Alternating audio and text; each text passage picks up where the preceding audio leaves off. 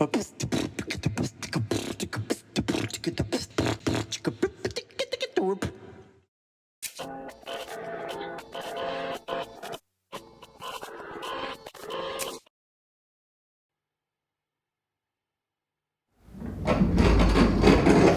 Raiden Gorby, and this is my process.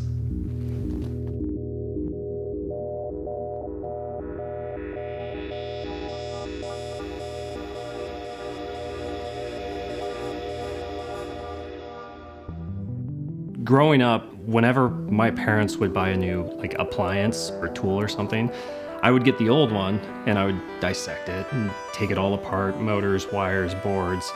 And I was kind of left to my own devices all the time. So it was just me tearing shit apart and putting it back together in weird ways. I was always blowing circuits in the house and destroying everything. Yeah, I was just constantly building stuff. So that's probably why I do what I do now. That's what I grew up doing.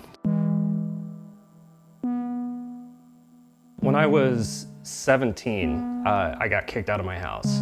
And I lived in a car that I bought for $300 off Craigslist. And I didn't really know what I was gonna do, but I was with Andrea, my wife at the time. We were dating. And she kind of helped propel me to keep moving because I was just kind of a slacker. I didn't really have any goals or know what I wanted to do. And we got into Volkswagens. I started building motors and I kind of fell in love with that. And then I decided to become a machinist. But at the time, when I was 22, I think that was around 2008, 2009 when the recession came in, all the machine shops started closing down. And I was kind of being chased from one shop to the other shop, trying to stay ahead of it. And finally, I just gave up. There wasn't any work left. We had Luna at the time, who was 3 years old. Hey, Luna, how old are you? 5. You're not 5. How old are you? Dad, you didn't tell him. We decided probably what would be best if I just stayed home. And at one point we had found a sewing machine and we thought it'd be cool to make puppets out of the characters that we had been designing. So we got on our bikes and we went down to the fabric store in town and got a bunch of fabric, came back, and we started sewing up little puppets so that we could play with them. And I think after probably the 4th one, we decided these are getting pretty good. We should throw some on Etsy and see how they do.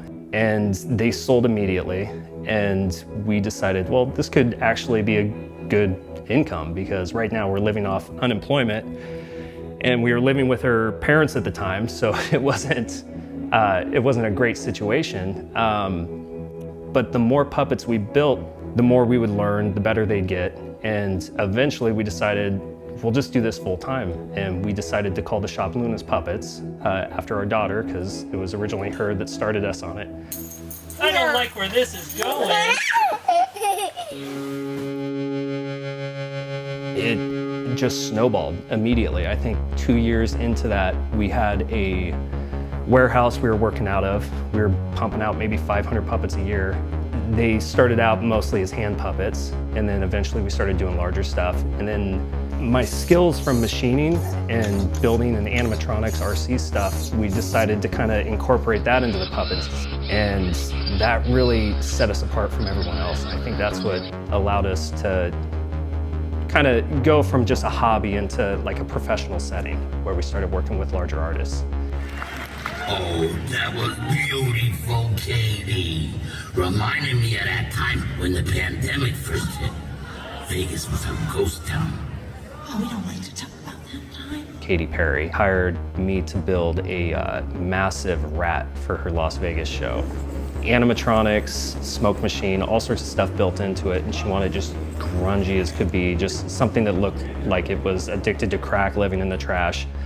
And she was super fun to work with. She gave us all the time we needed and just let me kind of do whatever I wanted with it. So after that, we were able to take on jobs for like Lil Nas X and Ashnikko.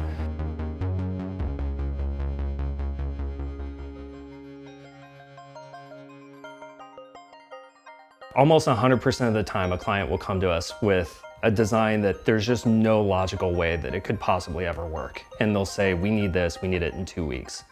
And I don't ever say no. I'll go back and forth with them. I'll try and figure out compromises, ways we can make it work. I'll explain to them how it would work if we changed this. Most of the time, clients are pretty open to that. They understand that. Sometimes they aren't, and that's the real challenge. And I almost enjoy those ones more. With the Ashnikko job, they wanted a 12-foot tall walking robot that would come on stage at Coachella. There were so many issues with it. One, the stage is only so big. If you're building a 12-foot tall robot that one person is operating, you're gonna have 200 pounds of weight on your shoulder regardless. And you're gonna need the room to maneuver in that. So there's just a lot of issues. So I tried to talk them down like 10 feet. Like if we could do 10 feet, that's more doable. And they said, no, it has to be 12 feet. I said, all right, we'll make it work. We had 2 weeks to do it. So I came up with a 3D design and a little figure that kind of showed the scale of it. We all agreed that would work. I just had to figure out how to make it actually function. And from there, it's just playing. Like all I do is I get a bunch of material and I just start playing in the garage. And as I'm welding the components together for the frame, I'm putting it on myself. I'm going outside and I'm walking around in it. Neighbors are coming out, taking photos, asking what the hell I'm doing. And really, it's just me playing with stuff until I get it to work right. Are y'all ready to meet my snake? Every job, there seems to be a catastrophic problem. And it's almost expected at this point. When I was working with Lil Nas X down in LA, we built a 40-foot long mechanical snake for him. And for this job, we had 2 months to build 3 massive puppets. So we were just building and designing on the fly. It had to be as lightweight as possible, so everything was built out of aluminum. And when we got down there and they started performing with it, they were performing it much differently than how it was designed to be used. So instead of doing a slithering motion, they were doing a kind of Chinese dragon motion. And it was just something I hadn't considered. When they were moving the head up and down, the force bent the aluminum and eventually the head snapped off completely during rehearsals. So they were supposed to fly out to Chile the next day, and the main 40-foot long snake was now in pieces because of just some small thing I hadn't factored in. So overnight we convinced the foreman that owned the warehouse to let us use his welding equipment. And I went to Home Depot, I bought up a bunch of steel, and within a couple hours I had to weld up a whole new head system, take the snake apart, build everything back into the snake, so it was all basically the same structure, but instead of aluminum, it was steel. And I only had a couple hours to do that before I had to fly down to Chile. So it's a nightmare, but it's also kind of exhilarating and fun to get those challenges and overcome them. With Ashnikko, it was such a big piece, we couldn't ship it down in time. It was such a short time frame that we ended up pushing it to the very last minute, renting a U-Haul, and I just drove like a bat out of hell down to LA with a loaded up U-Haul. And I had told them they needed a performer. I wasn't gonna be the performer, I'm just building the suit. And who they got fell through. They found another guy to fill in for the first show. And then they contacted me for the second show asking if I was available. So they brought me back down. I performed at Coachella in the suit, which was an insane experience. I had never been to Coachella before. I didn't realize the scale of it or how many people were there. So with that suit specifically, it's a 200-pound suit. It's not comfortable to wear.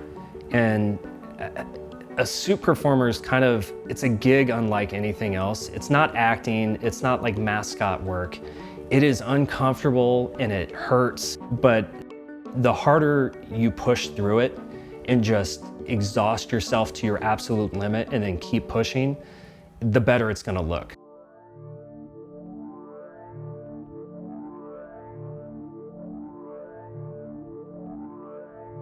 One of the things I like creating is art that works with pre-existing machines for pinball machines.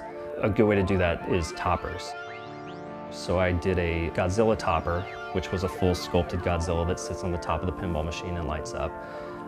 And then the creators that designed that machine took on Foo Fighters as a client, and they were designing a machine for Foo Fighters.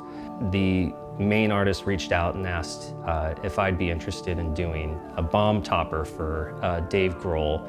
And I said, yeah, of course, Foo Fighters is one of my all-time favorite bands. So that's one of the newest things I've been working on, is creating a bomb that fits on top of the machine for Dave Grohl and some of the artists that worked on that machine.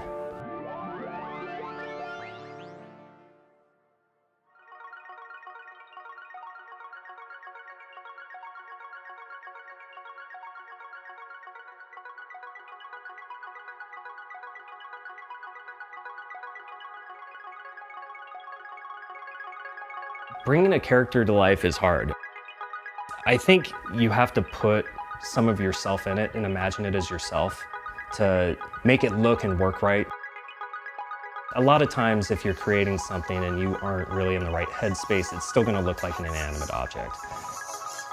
You have to pay attention to every single element on it. So if I'm sculpting a piece, if I'm sculpting the mouth, I have to constantly be imagining how the mouth opens and closes. It can't just look good in a static closed position. I have to imagine how it's going to look opened, how it's going to look closed, if the lips move, how are those going to move, how are the wrinkles going to spread in it. So there's a lot of elements that go into it, and if you skip any of those steps, when you bring it to life and it starts moving, you're going to see everything that you skipped. So there's a lot of thought process that has to go into how it's going to look in the end. So you have to be able to kind of visualize that and really think about it as you're building it. As far as character design goes, typically I'll go through 4 or 5 different versions before I land on the right one. Very rarely can I just sit down and knock something out in one try that looks good. So I think most of it's just thinking about it ahead of time. Like I'll spend days thinking about how I'm gonna do every single step before I actually get a block of clay on the table and start working it. And then you have to kind of love the character that you're working on. If you're not into it, it's just not gonna look good.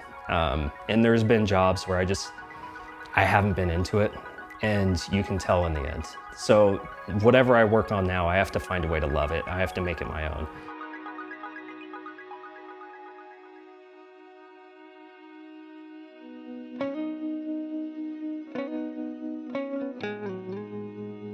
Something someone told me a long time ago. He was just this old dude I worked with at a machine shop. It was one of the first jobs I got. He said, if you want to make it, you fake it and you figure it out so that no one knows. And when I started as a machinist, I took that advice. And then taking that same advice into puppet building now, if there's a job that comes up that it's just, I haven't done it before, I have no idea how I'm gonna do it. I think a lot of people are scared of that element, so they back away and they don't take the job. And that's not something I've ever done. Like, I take the job regardless. If I don't know how to do it, I figure out how to do it. And moving forward, once I know how to do it, the next job's gonna be easier because I know how to implement that.